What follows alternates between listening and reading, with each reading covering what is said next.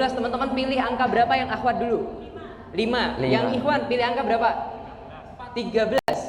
13 apa 4?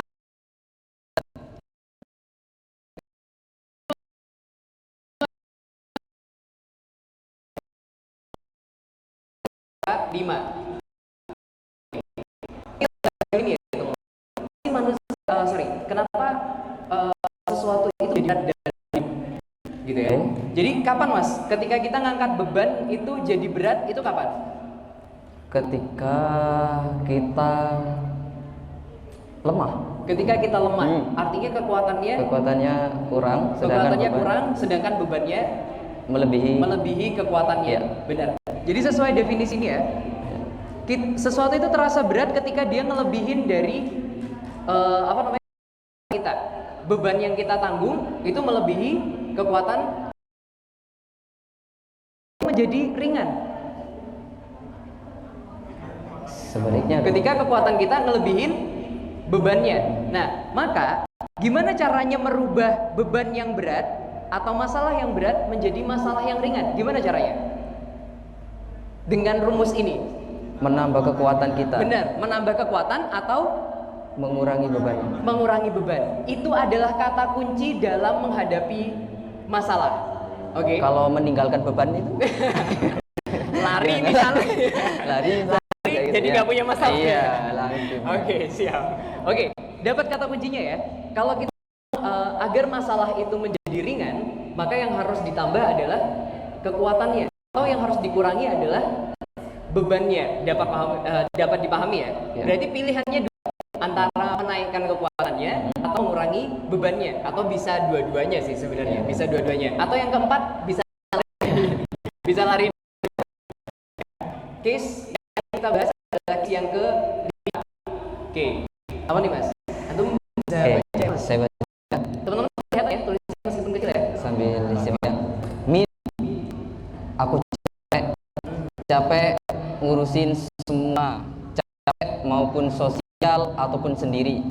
Tapi kalau curhat sama Allah kadang lega banget Tapi kalau ngomong sendiri kan kayak orang gila. Tapi aku nggak peduli. Ya. Kayaknya peduli sih kalau sudah gila. Harus peduli ya. Lebih baik kita ke Allah daripada teman yang selalu dukung dan selalu menyebar maupun rahasia atau kita. Itu aja sih. Oke. Gimana sih? Jadi ada seorang yang capek semuanya, tapi nggak bercerita pada manusia nih. Iya. Sering cerita, cuman nggak ada solusi. Akhirnya kayak saya asik dengan ceritaku sendiri gitu. Sedangkan ya tanggapannya ya gitu-gitu. Kita nggak memberikan solusi. Dan ternyata setelah cerita pun ceritanya disebarin. Emang menyebalkan sekali ya. Iya. Tapi kerennya dia itu masih ingat sama Allah gitu. Jadi Allah. Masih cerita sama Allah dan juga merasa tenang. Meskipun seperti orang gila itu. Tapi yang keren itu dia masih ingat Allah dan untungnya tenang kayak gitu. Kecuali kalau dia curhat sama Allah dan dia merasa juga nggak tenang. Nah, itu bahaya ya. Ya itu. Nah, jadi coba kita bahas ini dulu ya teman. Ada nggak yang pernah ngalamin ketika curhat sama manusia itu nggak nyaman karena ternyata cerita kita itu malah disebar ke orang lain seperti itu? Yang pernah ngalamin? Ada yang pernah? Banyak. Kok pernahnya di sini ya? Emang layak sih kalian sih. Karena membahas masalah itu, ayo kita melingkar bahas masalah orang lain. Kebiasaan emang. Kebiasaan ya. Nah, menariknya sebenarnya dia udah tahu jawabannya ya. Sebenarnya dia udah tahu jawabannya. Oh, kalau gitu aku curhat ke Allah aja gitu. Tapi teman-teman tahu nggak maksud tersembunyi dari cerita ini apa? Dia gila ya. Oh, bukan itu. Bukan. Kenapa jadi Oke. Jadi gini. Ketika kita akhirnya mendengar suatu curhatan orang lain, kita itu harus tahu dua. Satu, dia itu pengen cerita aja, atau yang kedua, dia lagi butuh solusi. Kira-kira menurut teman-teman, ini dia pada fase yang mana? Butuh cerita, butuh solusi. Satu atau dua? Dia butuh cerita aja. Sebenarnya dia butuh cerita aja sih, kayak gitu. Nah, cuman sebenarnya Teman-teman ngerasain nggak ada kesan kesepian dalam kata-katanya? Ya kan? Dia tuh ngerasa, aku tahu sih Allah yang paling dengerin aku. Aku tahu sih Allah itu adalah sosok yang nggak bakal ngejebarin aib aku. Tapi sebenarnya ketika dia cerita kayak gini, sebenarnya juga berharap ada seseorang yang bisa ngerti dia nggak sih? Iya. Meskipun itu tipis gitu ya, tipis harus ngerti itu gitu. Nah, teman-teman, ini menarik banget sebenarnya kisah-kisah seperti ini. Satu, buat sebenarnya aku rasa gini, kamu sebenarnya udah tahu apa yang harus dilakuin, yaitu adalah curhatnya sama Allah aja, supaya akhirnya nggak nyebar kemana-mana. Tapi it's okay loh untuk percaya sama seseorang. Cuman orangnya memang harus terbukti bisa dipercaya. Yang menarik adalah ada satu tips bagaimana mencari orang yang bisa dipercaya, Mas. Yaitu adalah dia nggak pernah ngomongin orang lain. Karena orang itu udah cerita gibah,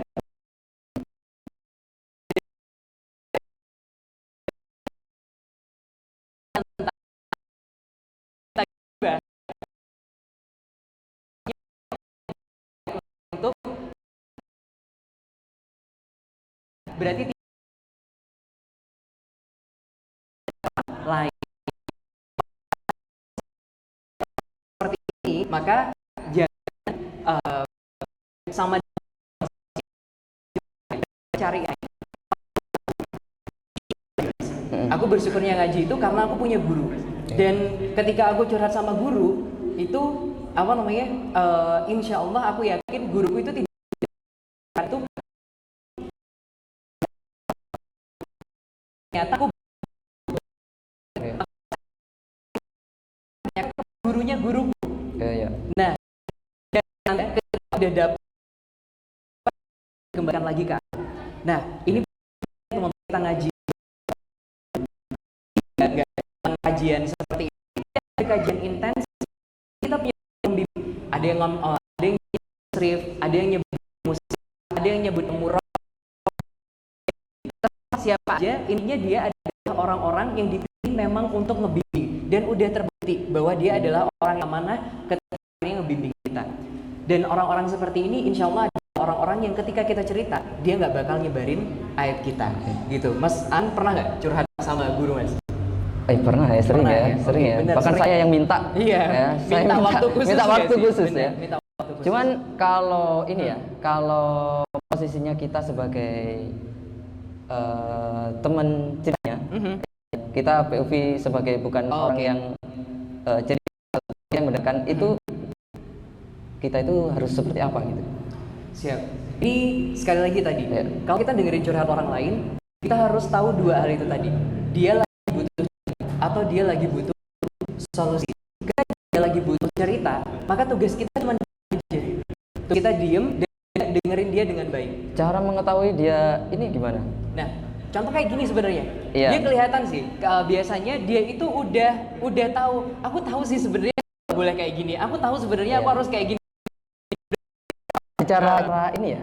Karena kan nggak semua orang memiliki pemikiran yang sehingga dengan kata-kata yang kayak gitu, oh dia nggak butuh jawaban ya kayak gitu. Tapi ada cara lain nggak? Lain nggak yang menurut apa aja yang udah kamu lakuin? Ketika dia akhirnya bisa ngejawab, aku udah ngelakuin ini, aku udah nyoba ini, aku udah nyoba ini, kita tanya balik progresnya gimana? Ada hasilnya atau belum gitu? Kalau sudah ada hasilnya dan gagal, nah tanya lagi plan B-mu apa? Tapi kalau belum ada progresnya, berarti tunggu aja progresnya. Tapi kalau dia jawabannya aku nggak tahu, nah terus baru kita minta izin dulu. Kira-kira kamu butuh saran nggak? Gitu. Kalau ternyata dia butuh saran, baru kita ngasih saran. Kalau kita tahu jawabannya apa, kalau kita juga nggak tahu, berarti kita diem aja. Dalam artian ketika dia minta saran, kalau menurutmu kayak gimana? Kalau kita nggak tahu, kita bilang jujur kalau ini aku nggak tahu. Kayaknya aku butuh untuk konsultasi kepada guruku dulu buat akhirnya tahu ini apa namanya, gimana caranya mecahin masalah ini. Kurang lebih kayak gitu. Jadi ada step-step yang harus kita lakuin. Berarti penting ya guru ya. Misalkan kita sebagai pendengar, terus kita nggak bisa menjawab, kita bisa lempar persoalan ini kepada guru kita. Benar. Yang kita yakin bahwa beliau punya ilmu kapasitas lebih tinggi daripada kita. Nah, dan ini penting banget teman-teman. Ini penting banget menjadi seorang pendengar yang baik itu karena di zaman sekarang ya, di zaman sekarang kalau teman-teman sebenarnya ini dibuka satu persatu, teman-teman bakal kaget kalau ternyata bahkan di lingkungan ngaji masalahnya itu nggak sesimpel itu. Paham Mas Adi? Jadi kita itu bener-bener urgent banget butuh seorang pendengar. Di zaman sekarang yang semuanya serba individualis, bahkan HP kita yang ya kayak kita pernah bahas ya, satu aplikasi tapi tampilannya beda. Iya kan? Itu yang bikin kita itu akhirnya nggak bisa relate dengan satu sama lain. Dan itu semakin membuat kita itu akhirnya ngerasa sendirian di dunia ini. Oleh karena itu kita benar-benar butuh teman-teman satu tempat di mana kita akhirnya punya teman yang baik, yang kita yakin ketika kita kumpul sama dia adalah orang-orang yang memberikan wanginya juga kepada kita gitu. Sehingga akhirnya kita itu ya semakin taat kepada Allah, semakin dekat sama Allah. Ya karena kita yakin bahwa teman-teman kita itu adalah teman-teman yang membawa kepada Allah. Kurang lebih kayak gitu sih. Mantap. Dari teman-teman ada tanggapan? Nah, gimana nih? Iya benar. Udah nggak ada ya? Iya nggak ada. Oke, aman ya? Sudah terjawab Aman, atau ada unek-unek dari Ada unek.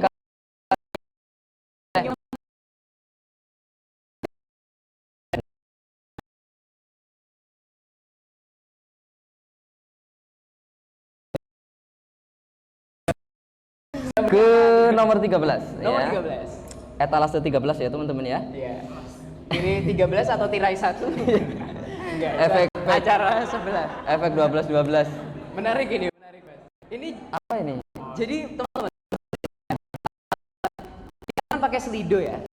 Itu akan menampilkan curhatan yang terbaru terlebih dahulu. Nah, sehingga yang terbaru itu justru nomor 1. Sedangkan yang terakhir itu yang terbaru itu justru yang terakhir maksudnya. Yang apa gimana sih? Iya. Curhatan yang masuk terakhir itu justru nomor 1. Tapi curhatan yang masuk pertama itu justru nomor terakhir gitu maksudnya. Nah, dan ini adalah curhatan pertama yang masuk ke kita. Itu adalah dipaksa secara halus untuk nikah. Ini nomor 13. Gimana?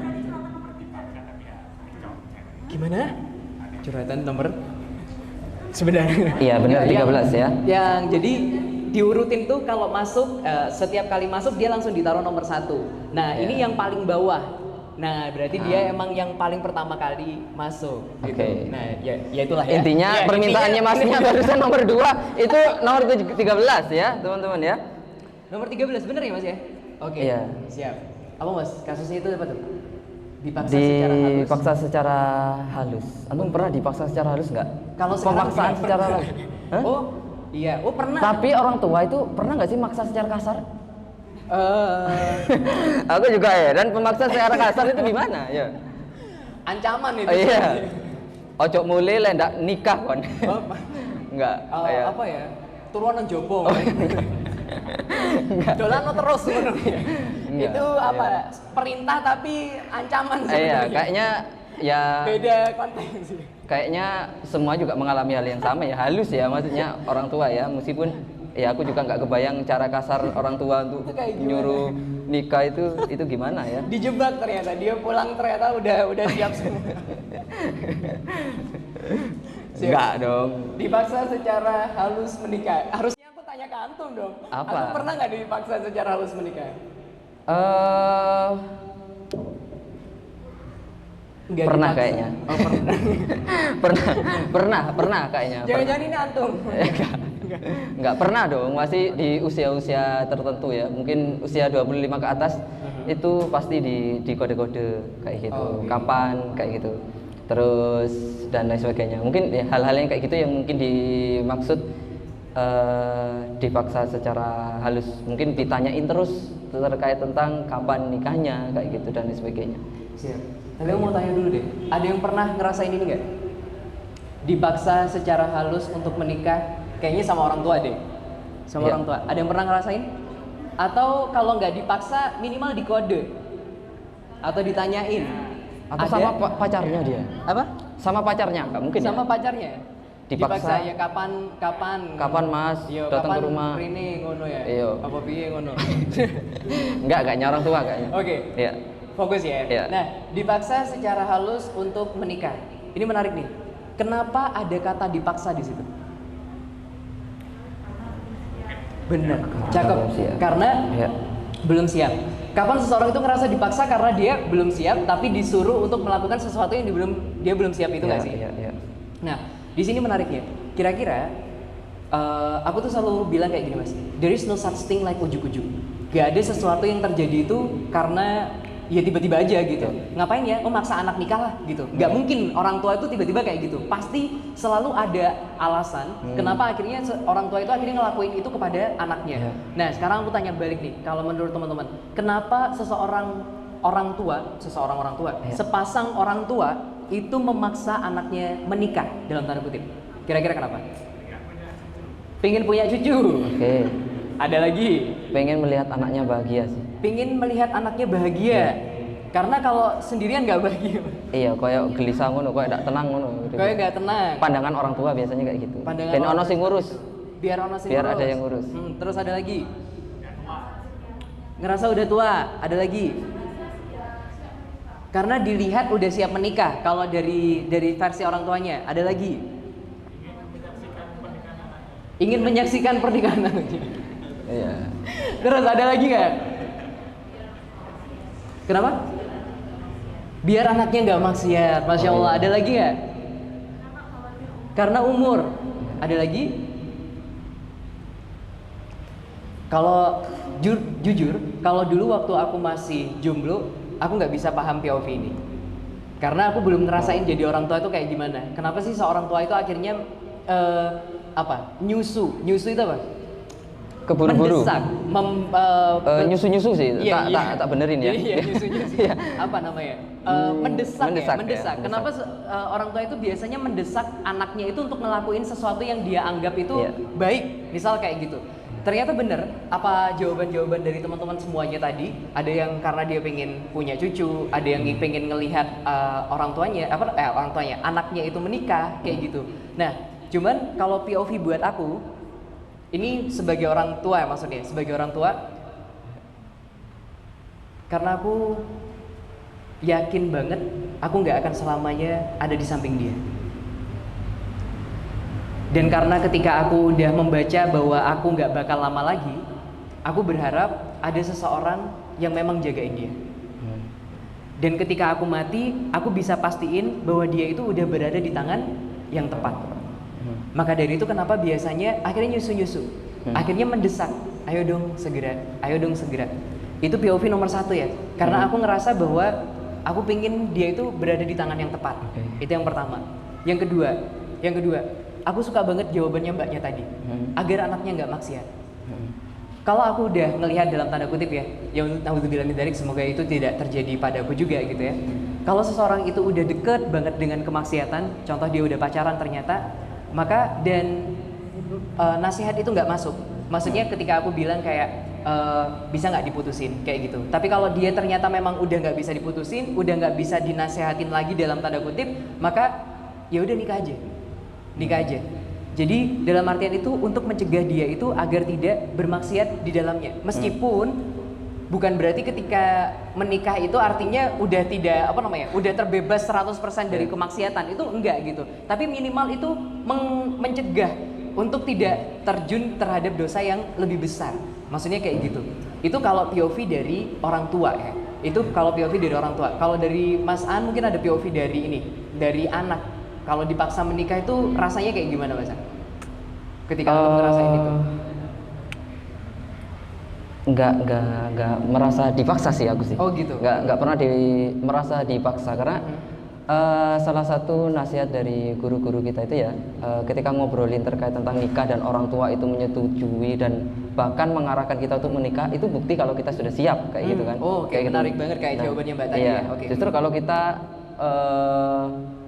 ngobrolin terkait tentang nikah terus orang tua langsung menyangkal kerja sih, nah itu berarti tandanya belum siap. Belum siap. Tetapi kalau orang tua sudah mengarahkan ke situ, berarti itu bisa jadi tolak ukur bahwa kita itu sudah siap.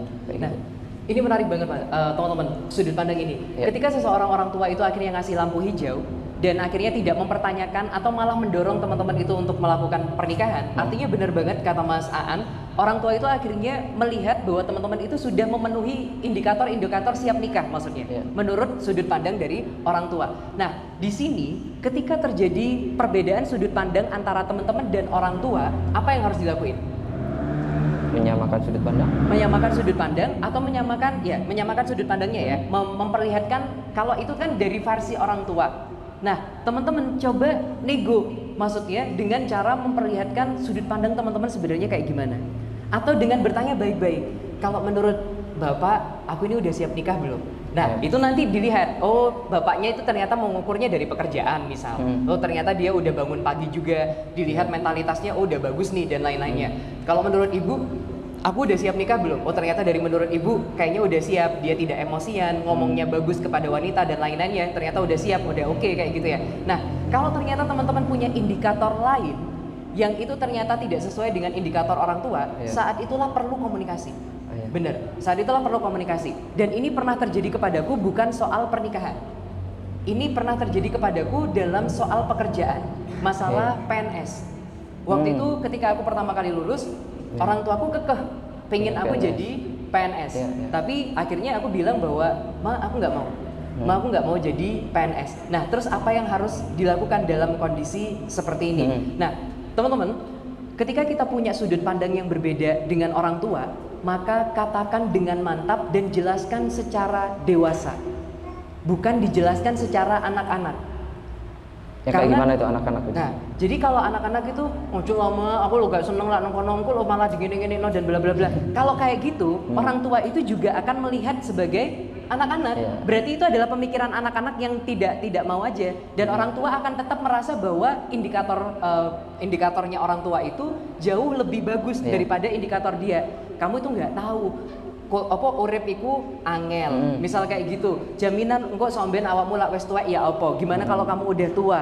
Kayak gitu. Gimana siapa yang akan menjamin kehidupanmu dan bla bla bla. Nah, makanya untuk menghadapi orang tua, kita juga pakai bahasanya orang tua maksudnya. Bukan dalam artian menggurui ya, teman-teman. Tapi akhirnya waktu itu aku jelaskan, Ma, ada prinsip kenapa akhirnya aku memutuskan untuk tidak jadi seorang PNS. PNS itu benar-benar waktu itu yang aku bilang, satu adalah secara jam kerja dia terikat banget.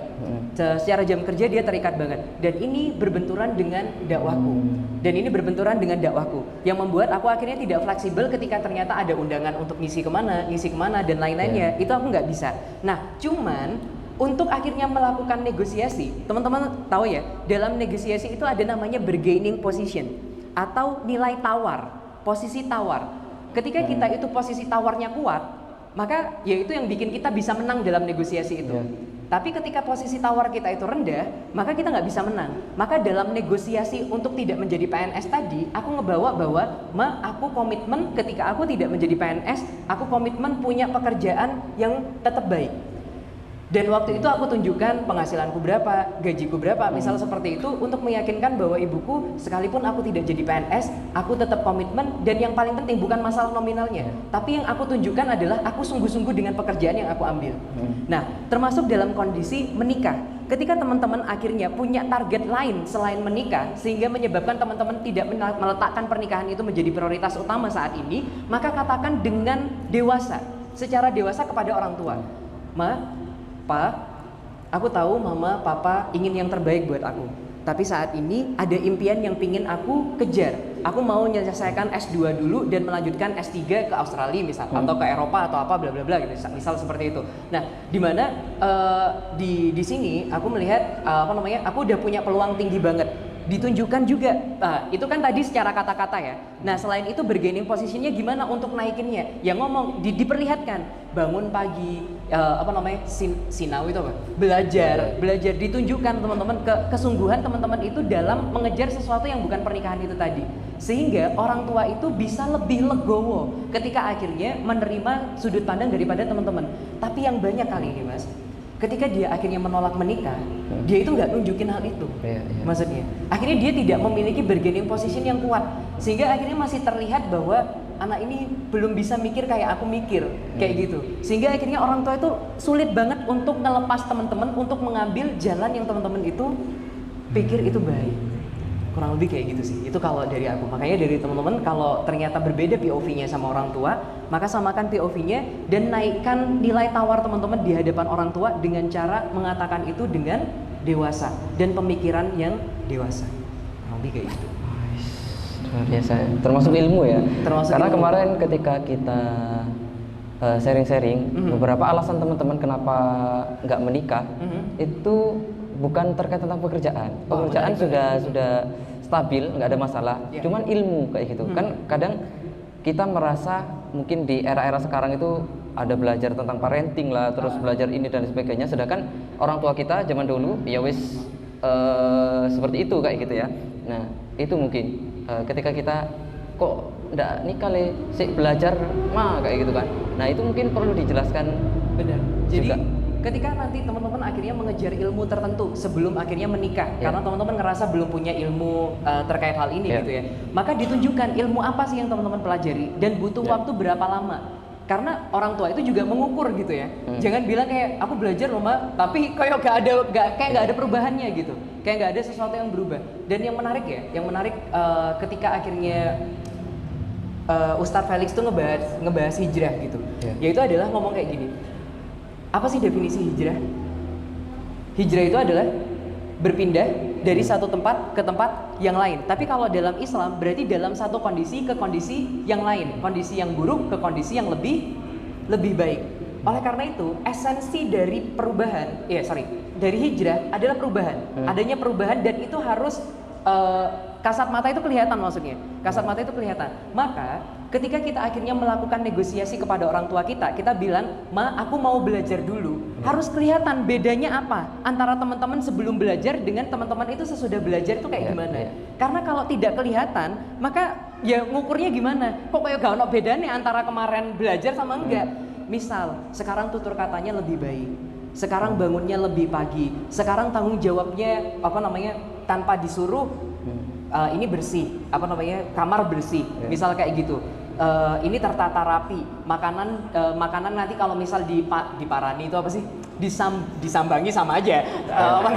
Disambangi, diparani bahasa Indonesia apa? Dikunjungi. Misal dikunjungi ke kos-kosannya itu dalam kondisi tertata rapi, kayak gitu. Teman-teman itu menunjukkan kalau teman-teman memang udah dewasa, kayak gitu. Memang ada sesuatu yang berubah. Tapi kalau ternyata teman-teman bilang kayak gini, aku lagi belajar parenting mama nggak ngerti sih pentingnya parenting itu kayak gimana. Lah kok gak ada bedanya antara dia nggak belajar sama enggak. Ngomongnya tetap jahat sama orang tuanya, ngomongnya tetap kasar, nadanya tinggi, matanya melotot-melotot misal seperti itu. Tapi akhirnya orang tuanya iki ya apa sih cah iki maksudnya ya? Katanya belajar tapi nggak ada perubahannya. Gitu. Jadi teman-teman penting banget sebenarnya dalam tanda kutip sedikit ria ya.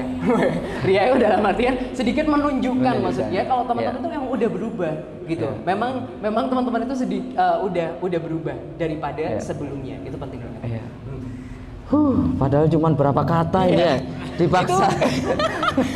Biasa. Ini cuman ya oke. Padahal ada yang berapa kali. Iya, karena sebenarnya ya semakin singkat itu semakin butuh analisis dalam maksudnya. Karena terlalu banyak kemungkinan. Gitu. Yang penting jangan terlalu singkat aja ya. Siap. Oke, kita udah nomor 5, udah nomor 13 nih. Lanjut. Terus lanjut di berapa Mas? Atau untuk mau milih Mas? Saya ngasih nomor 1 aja ya, kasihan dia nunggu. Dia berharap dibacakan nomor 1 seperti dia ini. Boleh. Sekarang kita ke yang panjang ya. Ke yang panjang, nomor 1. Nomor 1 panjang. Nggak tahu ini kayak gimana nih ceritanya. Aku lagi di fase dimana aku sering nengok ke belakang sambil nanya ke diri sendiri, aku ini udah milih jalan yang benar belum ya? Jujur aja, aku jarang ambil keputusan besar dalam hidup. Jadi waktu akhirnya aku berani melangkah, justru muncul rasa was-was, kayak mungkin ada bagian dari pilihanku yang enggak sepenuhnya tepat. Kadang masih keinget, kalau aja aku nurut mama buat lanjut pendidikan S2 di Surabaya, mungkin ceritanya berbeda. Tapi aku juga tahu hidup nggak sesimpel andaikan. Aku nggak mau nyalahin takdir, aku juga nggak mau menyepelekan kampus tempat aku belajar sekarang. Aku percaya Allah nggak pernah naruh seseorang di tempat yang salah, meskipun aku belum sepenuhnya mengerti kenapa sekarang. Mungkin memang harus muter dulu, Ya, harus ketemu ragu, sepi, kecewa, capek, dan debat sama diri sendiri setiap hari, supaya aku bisa mengerti hal-hal yang cuman bisa dipelajari lewat jalan yang kelihatannya berat. Sekarang aku lagi belajar berdamai sama kenyataan bahwa tumbuh dewasa itu nggak selalu langsung berasa benar. Kadang kita butuh berada di fase yang semuanya masih abu-abu, biar hati kita makin peka baca petunjuk Allah. Dan mungkin lewat perjalanan yang sama sekali nggak aku duga ini, Allah lagi ngebentuk versi diri aku yang lebih lapang, lebih sabar, dan lebih siap buat apapun yang sudah Allah gariskan. Menarik banget. Pertanyaannya, dia cewek atau cowok? Tahu dari mana? Dia. Emang gitu ya? Tadi cowok nggak itu, yang pendek itu tadi itu? Berarti yang terakhir tadi cewek apa cowok? Cewek, kayaknya cewek semua kayaknya. Kayaknya cewek semua ya. Oke. Tahu nggak kenapa ini cewek? Tahu nggak kenapa? Aku nggak tahu loh jujur. Tapi aku yakin ini cewek. Aku yakin ini cewek. Tahu nggak kenapa? Pertama chatnya panjang, terus sebab akibat nyeselnya ada. Emang Bener, terus. cewek pernah nyesel ya? Enggak ya? Kayaknya nggak merasa bersalah sih kayaknya. Gak pernah minta maaf ya? Pernah minta maaf. Gak bercanda, malah curhat ya? Terus habis itu, ada lagi nggak? Ada lagi ya? Dia disibukkan sama perasaannya. Terus, ada lagi? Dengerin nih mas. Karena nanti akan tahu bedanya apa. Ada lagi nggak? Udah. Kalau buat mas-masnya, kenapa yakin ini cewek? Oh ini cewek apa cowok dulu? Yakin ini cewek. Oke, katakan ini cewek. Kenapa ini cewek menurut mas-masnya? Pengen didengerin aja. Kenapa bisa gitu, Mas? Ini menarik. Iya. Ini menarik. Kenapa? Aku sama sih. Setuju saya. Gak minta jawaban. Terus? Nah, ini Dia ilmu sudah- penting. iya. Ini ilmu penting banget Iya. buat para cowok. Buat para cowok kalau dengerin gitu ya. Cewek itu setiap kali cerita dia udah tahu. Sudah menyimpulkan sendiri itu dia. Bener, dia udah nyimpulin sendiri. Iya. Terus Iya, aku iya. bingung ini curhatnya di mana, Mas. Iya. Karena dia udah tahu apa namanya? Dia udah tahu maksudnya ini solusinya kayak gimana, masalahnya apa. Dia itu sebenarnya emang udah menganalisis sendiri. Iya. Solusinya tinggal diajak beli. Apa? Maca. Iya. Habis cerita langsung diajak beli habis telur cerita. gulung kayaknya. Makan dulu yang kenyang udah Iya. selesai terus. Siap. Tapi teman-teman, ini menariknya Mas, kalau cowok cerita itu kayak gimana kira-kira? Ini ceritanya bakal seperti apa kalau jadi cowok? Kalau andaikan dia cowok, dia bakal cerita kayak gimana nih? Oh, cowok nggak bercerita? Cowok emang nggak bercerita ya? Katanya Cowok cowok nggak cowok bercerita loh. terus diam-diam bunuh diri katanya. Waduh, jangan. Cowok silent treatment ternyata. Gimana tuh? Diem Cerita kan ya? doang. Kenapa? Gimana? Kalau menurut mas-masnya, andaikan ini cowok, dia bakal cerita kayak gimana? Dia ternyata milih kuliah di Malang nih, sedangkan orang tuanya milih kuliah di Surabaya, nyaranin gitu. Nah, kalau ini ternyata cowok, dia bakal cerita kayak gimana? Lebih baik lanjut pendidikan apa Jawa? Oh, misal lebih baik. Oh enggak, kalau di sini gitu. Misal kayak gitu. Kalau misal di sini mamanya itu kan pengen dia sekolah di Surabaya, kuliah di Surabaya, tapi dia pengennya di Malang. Sudah memutuskan pilihannya sendiri dia. Dia memilih di Malang gitu, tapi ternyata Iya. ketika dijalanin ragu. Iya. Kira-kira dia ngapain tuh?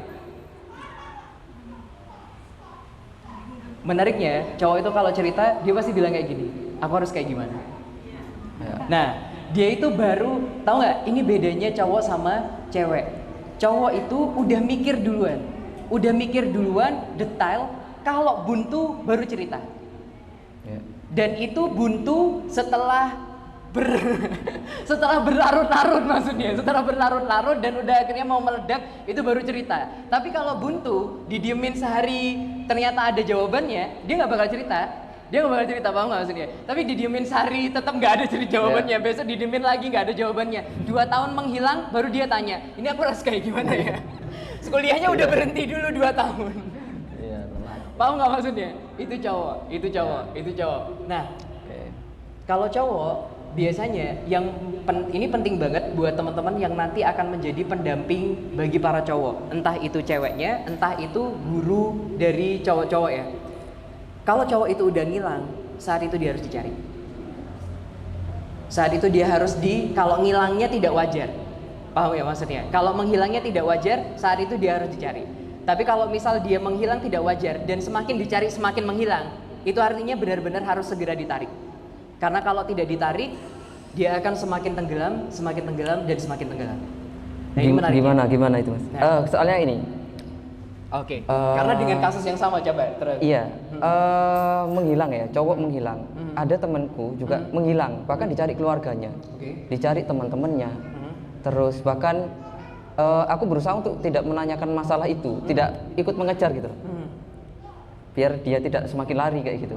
Terus aku nggak membahas itu, terus cuman fasilitasi ayo ketemu dan lain sebagainya. Terus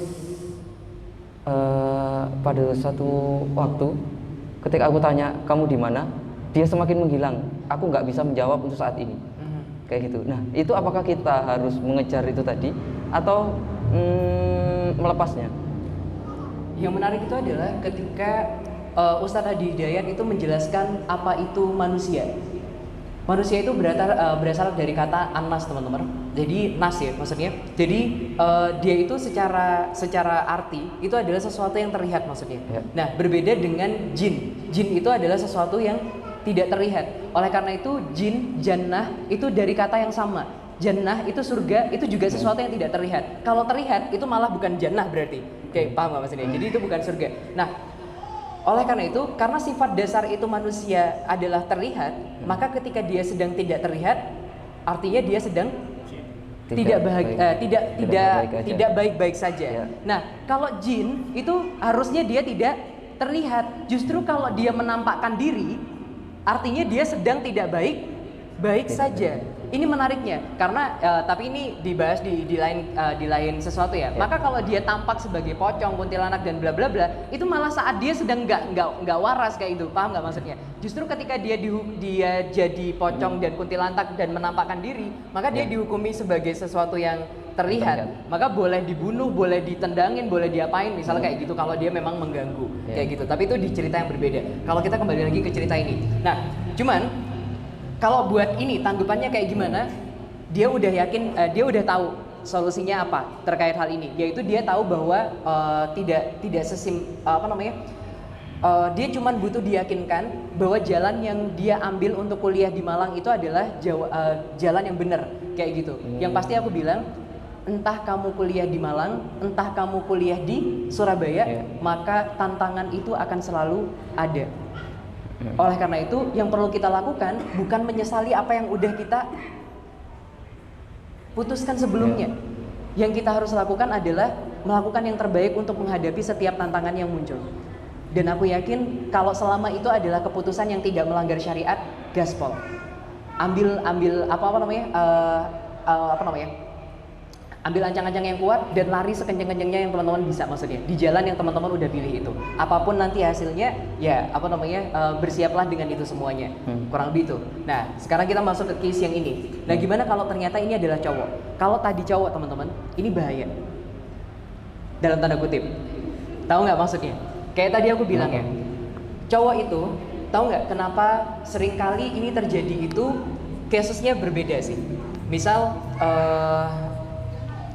dia diminta untuk kuliah ke jurusan ini sama orang tuanya, tapi sebenarnya dia nggak mau, misalnya kayak gitu. Tapi dia nggak mau ngomong dan tiba-tiba dia memilih untuk menghilang aja, misalnya kayak gitu. Nah, kenapa aku tadi bilang harus segera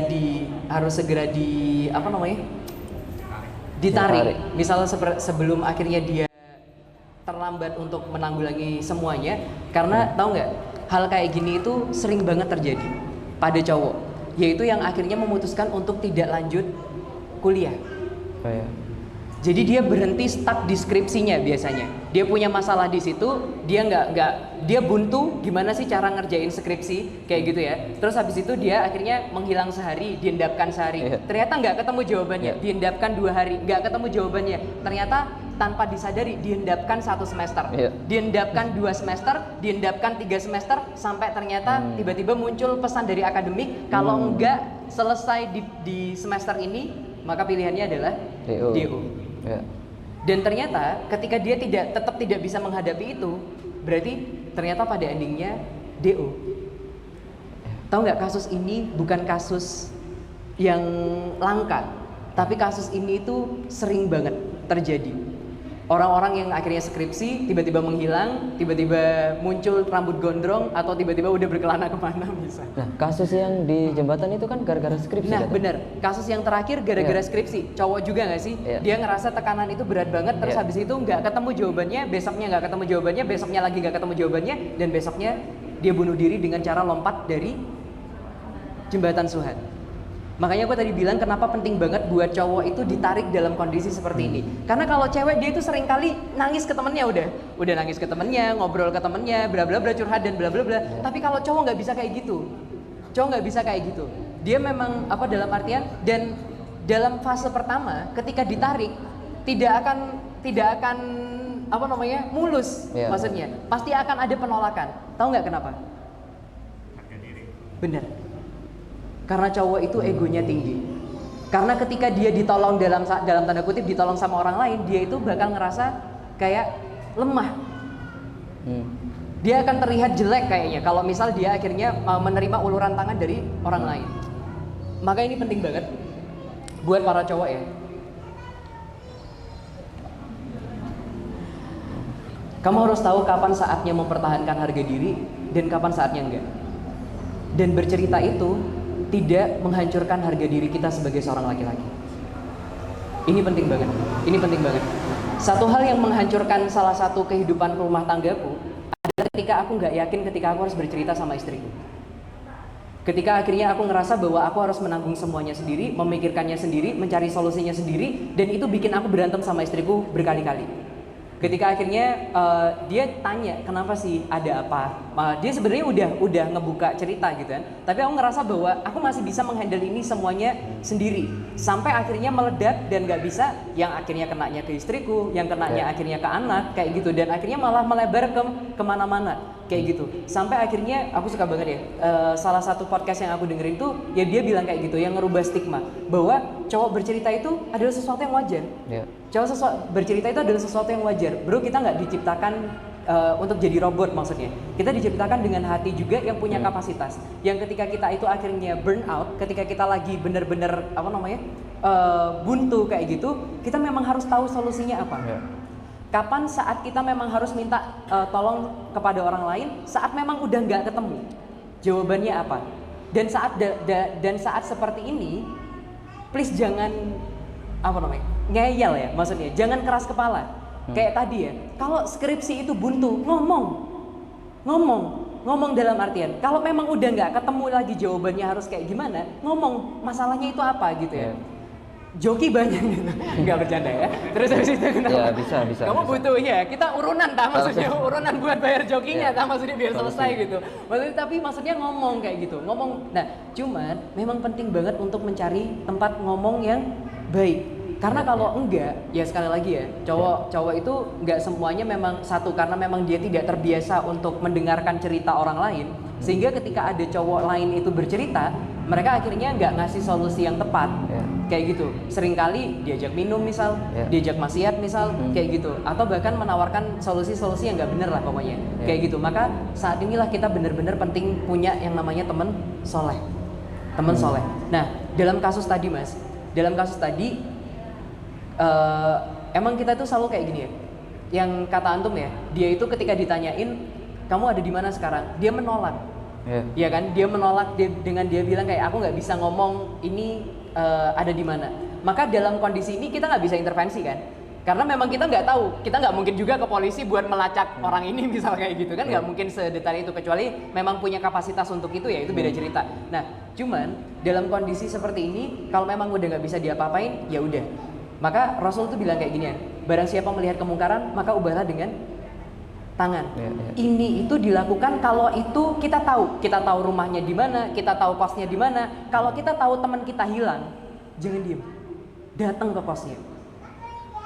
Meskipun kita nggak langsung tanya masalahnya apa, ajak makan dulu, pastiin dia udah mandi misal. Soalnya kalau orang stres tuh nggak mandi loh biasanya, tau nggak sih maksudnya? Dan mandi itu ngebantu banget untuk rilis stres maksudnya, paham nggak maksudnya? Maka pertama kita datang dulu ke kosnya, lihat kondisinya kayak gimana. Dia bisa jadi masih baru bangun tidur, biarin stabil dulu, kasih minum dulu, bangun tidur, biarin dia mandi dulu kalau memang perlu kayak gitu. Siapa yang ngasih minum tadi? Kenapa kita yang melayani dia? Ya kan kita menolong niatnya, kecuali kita nggak niat nolong sih. Gitu. Nah, kalau kita niat nolong maksudnya kita datang, kita stabilin dulu kondisi dia, ajak dulu keluar kemana, baru ngomong serius. Ada apa? Kayak gitu. Ada apa? Ayo diajak ngomong kayak gitu. Terus dan aku ngomong kayak gini buat nolong kamu. Meskipun ada yang aku bilang kayak gini teman-teman. Sebenarnya nggak enak ya ngomongnya. Saat manusia, kita itu hanya bisa mengusahakan apa yang bisa kita usahakan. Sedangkan hidayah itu tetap milik Allah sebenarnya. Pertolongan itu tetap milik Allah. Maka dalam kondisi seperti ini pun, ketika kita udah datang ke kos dia, ngasih minum ke dia, biarin dia mandi dulu, bersih, terus dia kita ajak makan, terus kita tanya dan dia tetap nggak ngomong, berarti itu udah di luar kuasa kita. Karena kita udah mengusahakan yang maksimal, paham maksudnya ya? Dan yang menyakitkan itu sebenarnya kayak gini juga. Seseorang itu kalau dicintai sama Allah, maka Allah itu akan memberikan teguran kepada dia kalau dia salah jalan. Kalau Allah sayang kepada seseorang dan dia ngelakuin suatu kesalahan, maka Allah akan ngasih teguran kepada dia agar dia kembali lagi ke jalan yang benar. Dan teguran yang pertama itu pasti halus. Bannya bocor misal, atau tiba-tiba kesandung atau kukunya tiba-tiba sakit atau apa. Misal itu adalah sesuatu yang halus dulu. Nanti kalau tetap nggak balik, berarti dia bakal dinaikin lagi level tegurannya. Tiba-tiba nilainya jatuh atau bisnisnya nggak baik dan lain-lainnya. Itu sebenarnya supaya nginget lagi. Nah, dan yang lebih ekstrim teman-teman, kalau ternyata semua teguran itu tadi nggak mempan. Kalau aku bahasa aku ngomong gitu ya, biasanya sama Allah itu dikeplekkan dulu. Tahu dikeplekkan nggak? Bahasa Indonesianya dibanting terlebih dahulu. Itu benar-benar untuk dihancurkan sehancur-hancurnya maksudnya. Sehancur-hancurnya bukan karena Allah benci sebenarnya, tapi buat dia itu agar sadar. Dan kalau dia udah seperti ini nggak sadar, itu yang mengerikan.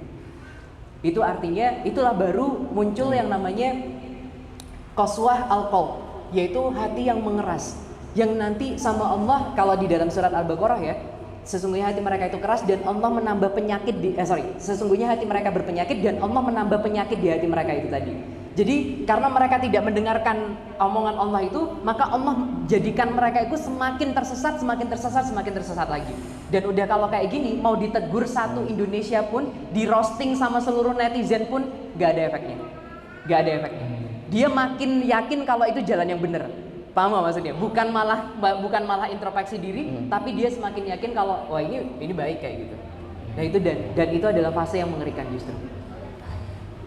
Kalau kita hadir sebagai pengingat yang keras itu tadi, tiba-tiba kita tempeleng gitu. Itu juga termasuk ini ya?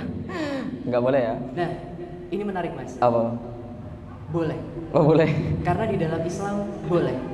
Jadi di dalam Islam itu memperbolehkan seseorang itu main fisik ya. Kalau itu ternyata memang perlu dikasih fisik maksudnya. Karena seseorang itu kadang satu tamparan itu mewakili 1000 kata-kata yang lain. Misal kayak gitu. Enggak, tapi bukan itu ya maksudnya. Tapi kan pada satu fase anak itu boleh dipukul ketika dia nggak mau sholat maksudnya. Islam itu istri itu boleh dipukul ketika cara-cara nasihat udah nggak mempan, pisah ranjang udah nggak mempan, maka boleh dipukul dengan pukulan yang tidak menyakitkan. Boleh kita memukul seseorang dengan pukulan yang tidak menyakitkan dengan tujuan mengembalikan dia kepada ketaatan. Kayak waktu itu aku pernah bahas, bukan berarti dihajar sampai nggak bisa bangun, itu artinya tidak mengembalikan kepada ketaatan, tapi dikembalikan kepada Allah Subhanahu Wa Taala. Maksudnya, paham maksudnya? Ya, jadi bukan itu maksudnya. Jadi dipukulnya itu ketika bahkan ya kalau bagiku maksudnya itu boleh maksudnya. Dalam artian pukulan yang dia mengembalikan kepada ketaatan kepada Allah. Bukan cuman sekedar pelampiasan kemarahan ya. Dan pukulan ini bukan pukulan menyakitkan yang apa ya maksudnya? Yang menyakiti gitu. Bukan dicolok matanya atau bukan ya maksudnya bukan dibikin samsak tinju maksudnya. Kalau tempelengan misalnya ya pada kasus tertentu ya. Ketika tempelengan itu mengembalikan dia kepada Allah kayak gitu, ya itu boleh. Karena aku suka banget itu ketika Rasul itu bilang kayak gini ya. Andaikan Fatimah binti Muhammad mencuri, maka aku sendiri yang akan memotong tangannya. Maka Rasul sendiri yang bilang kayak gitu. Jadi ketika dia memang melanggar aturan Allah, maka kalau memang itu hukuman yang diperbolehkan oleh Allah untuk main fisik, ya main fisik kayak gitu. Karena memang itu diperbolehkan oleh Allah. Sekali lagi, bukan karena ayo ditek main maksudnya. Gak gitu. Oke. Berarti penting ya laki-laki cerita, menormalisasi laki-laki untuk bercerita. Penting banget. Ini kalau buat aku penting banget buat laki-laki itu bercerita. Tapi jangan oversharing ya. Cerita sama ini, cerita sama ini. Enggak. Satu hal yang kapan saat kita boleh bercerita? Saat tujuannya adalah mencari solusi. Mencari solusi. Tapi kalau enggak mencari solusi, mending jangan. Kecuali sama orang-orang yang bahkan sama guru kita. Bahkan sama guru kita. Karena pernah satu kasus nih mas, kayak gitu. Aku pernah ngobrol sama istriku itu terkait masalah rumah tangga. Di zaman sekarang dengan mudahnya Thread menjadi tempat untuk curhat masalah rumah tangga dan lain-lainnya gitu ya, dan mencari validasi sosial. Rumah tangga berantem itu wajar, gitu. Paham apa sih dia? Rumah tangga berantem itu wajar kayak gitu. Nah, cuman menceritakan apa yang terjadi di balik rumah tangga kepada orang yang tidak tepat itu nggak wajar. Dan salah bercerita itu bisa jadi menutup jalan komunikasi itu terjadi. Ketika akhirnya misal suaminya itu akhirnya melakukan sesuatu yang nggak baik kepada istrinya, dan istrinya itu akhirnya menyebarkan aib ini di media sosial. Padahal suaminya itu udah ada niatan untuk minta maaf dan berubah. Tapi karena dia lihat istrinya itu udah menyebarkan semuanya ke media sosial, dan itu tujuannya bukan untuk minta solusi tapi untuk mengumbar aib suaminya, itulah yang bikin suaminya akhirnya nggak ini lagi nggak bisa minta maaf, akhirnya memutuskan untuk mending udah berakhir aja. Termasuk cowok-cowok, kalau kamu memang butuh solusi, maka cari jawabannya. Jadi dalam artian tanya kepada orang yang tepat. Datang kepada orangnya, cerita kayak gimana, dan ceritakan apa yang memang butuh diceritakan. Detail-detail yang tidak butuh diceritakan tidak perlu diceritakan. Maksudnya kayak gitu ya. Karena ya kembali lagi kepada kaidah, ketika Allah sudah menutup aib seseorang, maka haram bagi dia untuk membukanya. Kecuali memang pada hal-hal yang dibenarkan oleh Allah. Oke. Gitu ya, teman-teman ya. Seringnya kan laki-laki tidak bercerita kayak gitu. Itu pernah ada dibahas di podcast ini Malaka itu, bahwa bahkan judulnya itu memukul statement itu. Jadi judulnya itu laki-laki tidak bercerita, diam-diam bunuh diri katanya. Nah itu maksudnya banyak yang emang diam-diam dan menyimpan itu, dan akhirnya ya memutuskan solusinya itu ya random gitu, nggak ketemu solusi yang baik. Oke, lanjut ke cerita berikutnya ya. Ini masih berapa ya? Last kayaknya ya. Oke. Ada yang menarik nggak menurut antum di cerita-cerita ini? Saya banyak ini bingung saya. Atau teman-teman pilih cerita terakhir kira-kira angka berapa? 7. Kita kembali. 7. Panjang. Wah, ini apa nih? Oh, oke. Oke, saya bacakan ya. Kehidupan yang paling berat adalah aku tidak punya siapa-siapa di dunia ini, menjadikanku hampa dan terombang-ambing tanpa arah yang jelas, sampai aku terjebak dalam dunia yang tidak seharusnya aku di situ, yaitu dunia hubungan dengan lawan jenis. Aku takut, aku bingung ketika ada di dalamnya. Aku merasa nyaman, tetapi aku merasa bersalah juga kepada Allah. Nggak tahu harus gimana keluar dari dunia itu. merasa nggak pantas hidup lagi di dunia ini karena sudah merasa kotor. Itu sedikit cerita terberatku sepanjang hidup ini maupun terjebak dunia itu masih di tahun ini. Masih ini ya. Tapi aku merasa hampa udah dari kapan tahun. Hehehe. Bentar, hinya ada berapa ya? Ada 4 ya. Terima kasih Yuk Ngaji karena sudah hadir dan menerima, atau setidaknya aku punya alasan untuk bertahan kayak gitu. Gimana Mas? Sama-sama ya. Makasih banyak juga udah percaya sama Yuk Ngaji untuk bisa curhat bareng Yuk Ngaji. Ya. Cerita ini berat sebenarnya Mas. Kalau buat aku pribadi, cerita ini ya, maksudnya ketika dia ngerasa nggak punya siapa-siapa dan akhirnya terjebak dalam satu dunia yang bikin dia akhirnya malu untuk kembali kepada Allah. Ya.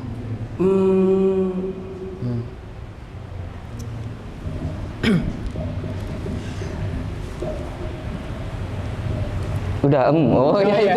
Kita ke cerita berikutnya teman-teman. Iya. Oh, Makasih. masih ada. Siap. Satu adalah Ya.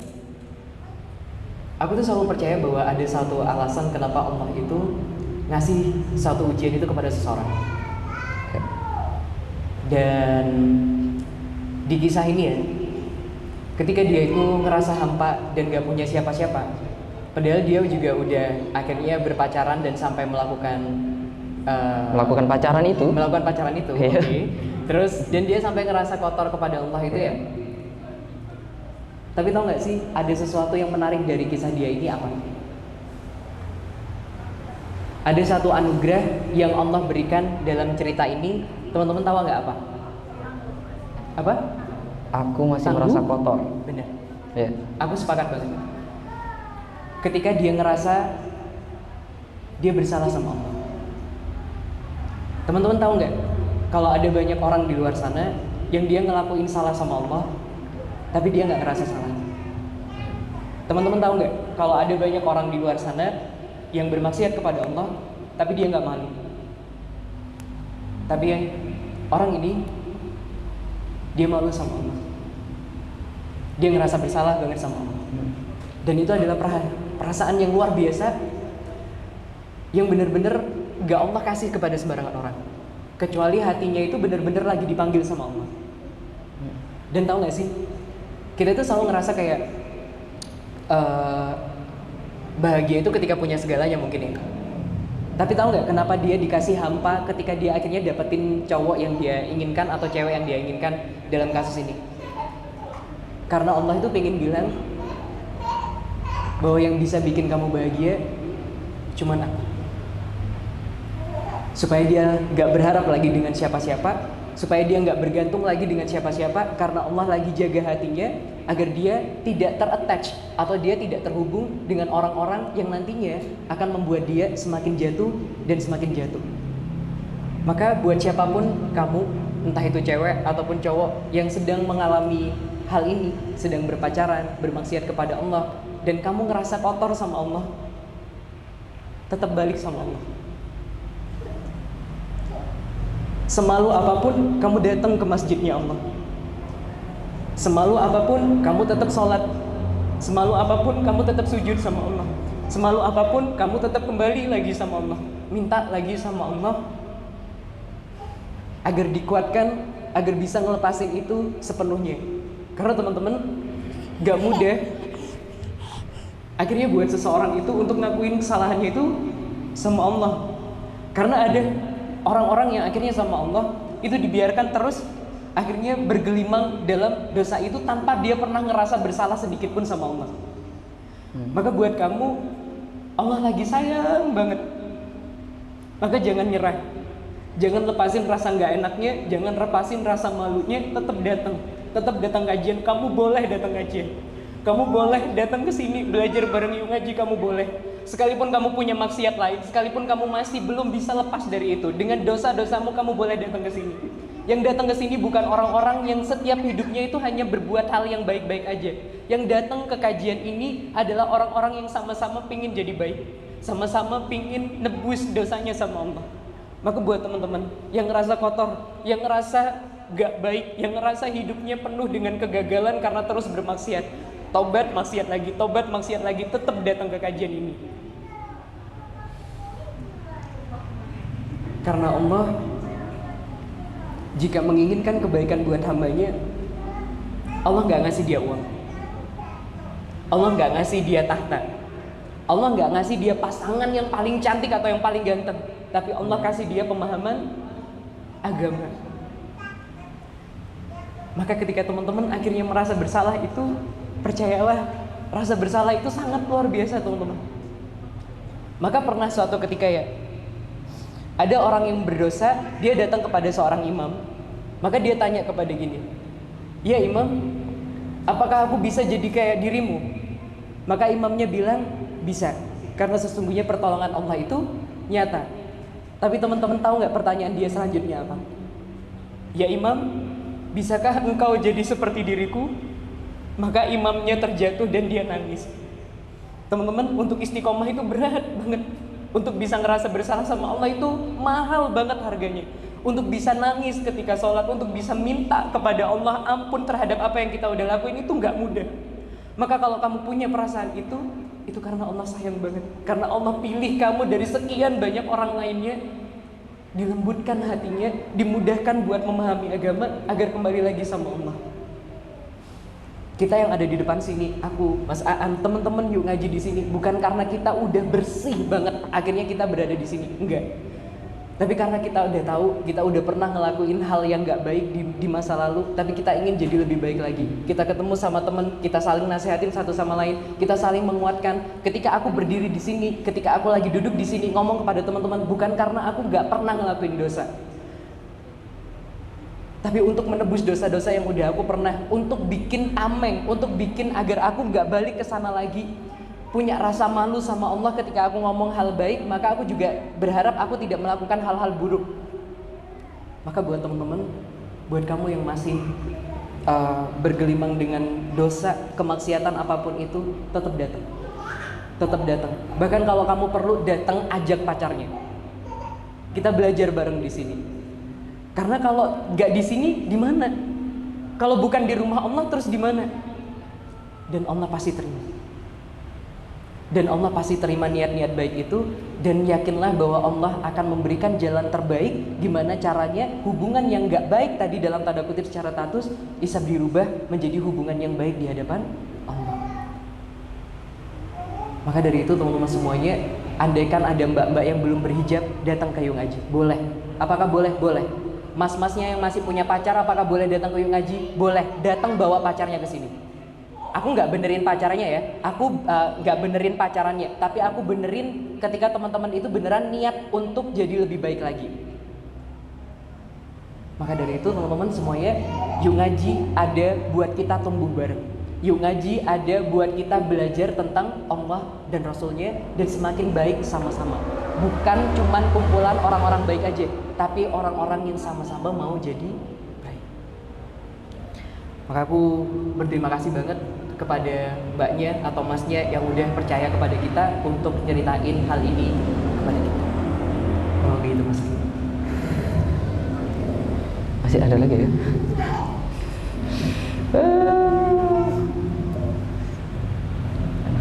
Menyedihkan gini.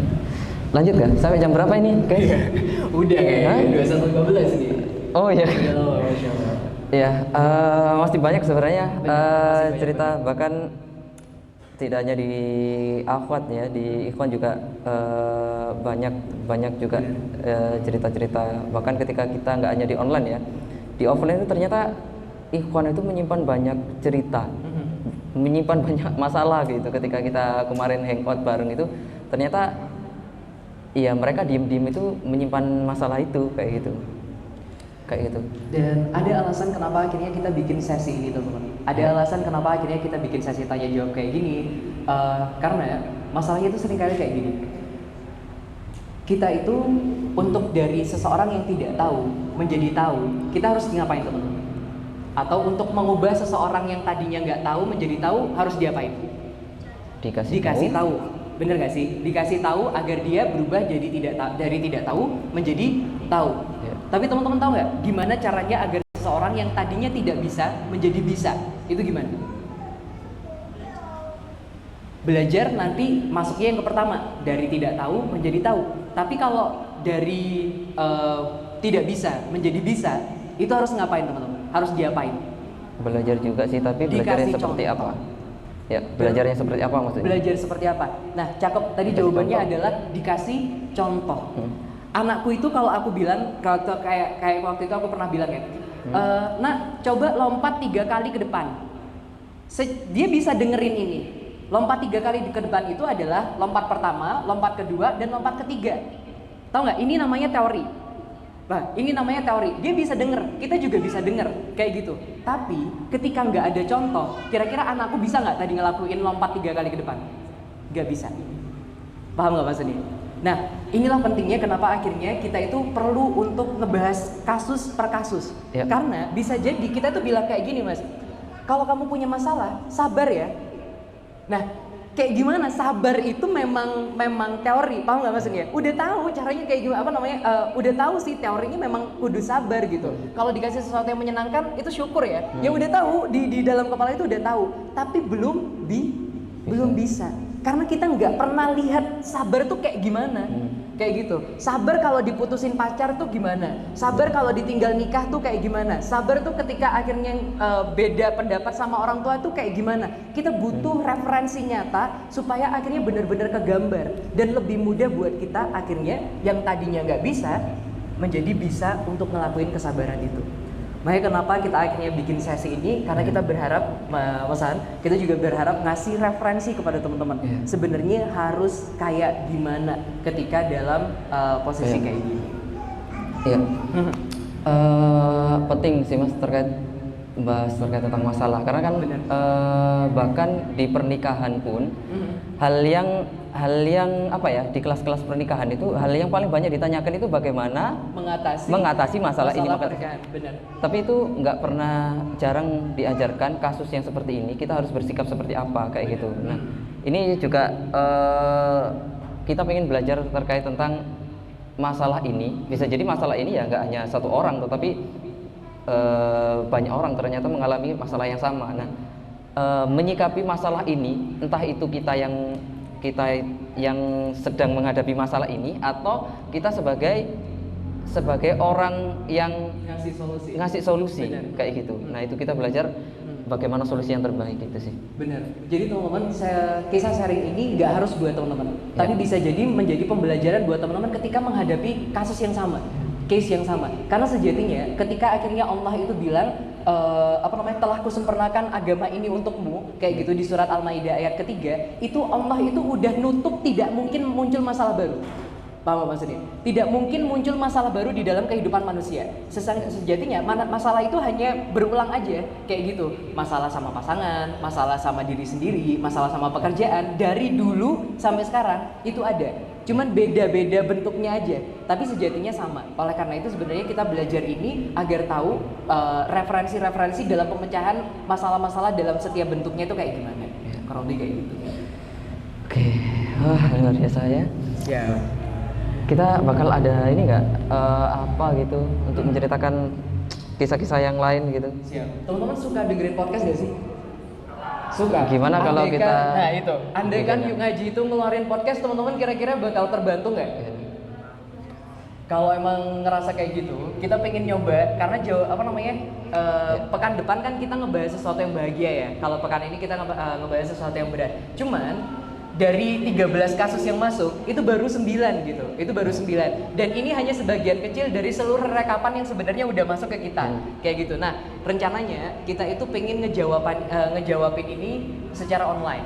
Kayak gitu sih. Ngejawabin ini secara online supaya ya kalau ternyata ada kasus-kasus yang sama, teman-teman akhirnya ya kita bisa belajar bareng di sana. Gitu ya, insya Allah. Kayak gitu.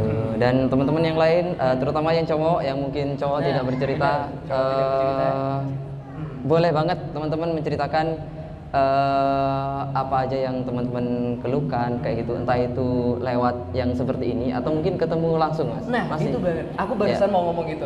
Jadi kalau teman-teman pengen ketemu langsung ya sama aku, sama Mas Aan, sama teman-teman Yuk Ngaji, DM aja Yuk Ngaji. Buat teman-teman cowok ya. termasuk sama teman-teman cewek, tapi bukan ketemu kita maksudnya. Kalau teman-teman cewek ya sama Iya. teman-teman akhwat kayak gitu. Jadi buat teman-teman cowok yang butuh ngobrol langsung kayak gitu, silakan DM Yung Aji. Mas, boleh nggak aku minta kontaknya Mas ini, misal kayak gitu, atau siapa yang bisa ditemuin sama kita ya? Kalau bisa, insya Allah kita bakal temuin teman-teman secara langsung. Kurang lebih kayak gitu. Udah ya, mungkin itu aja. Mungkin ada closing dari antum. Mungkin nggak, karena tadi insya Allah udah terwakili ya, kurang lebih kayak gitu. Sama satu sih Mas, Iya. kita udah ngebagiin kertas tadi. Oke. Dan aku harap teman-teman bisa menuliskan sesuatu di kertas itu yang insya Allah nanti bakal kita rekap dan nanti bakal kita bahas di next event. Iya, Kurang lebih kayak gitu. iya. Cuman, oh iya ada Mas closing statementnya, kok jadi lupa gue ya. Nah ini dia. Ini adalah ayat yang aku suka banget teman-teman, karena ini nasihat dari guruku.